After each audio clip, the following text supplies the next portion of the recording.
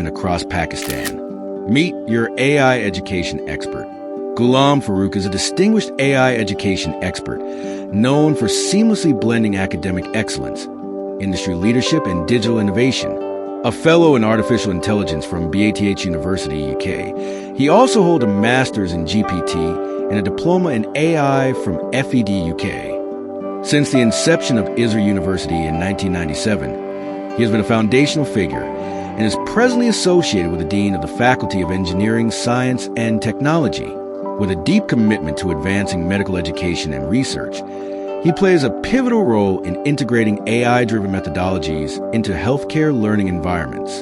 Ghulam Farooque is frequently invited as a special guest on prominent television networks, where he shares insights on the revolutionary role of artificial intelligence in medical and higher education.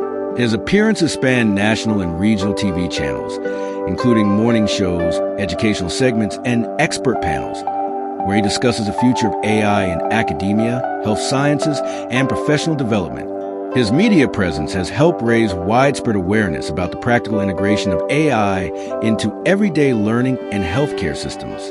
His structured approach and strategic vision continue to inspire transformative changes across academia, digital platforms, and technology-driven education, transforming Pakistani academia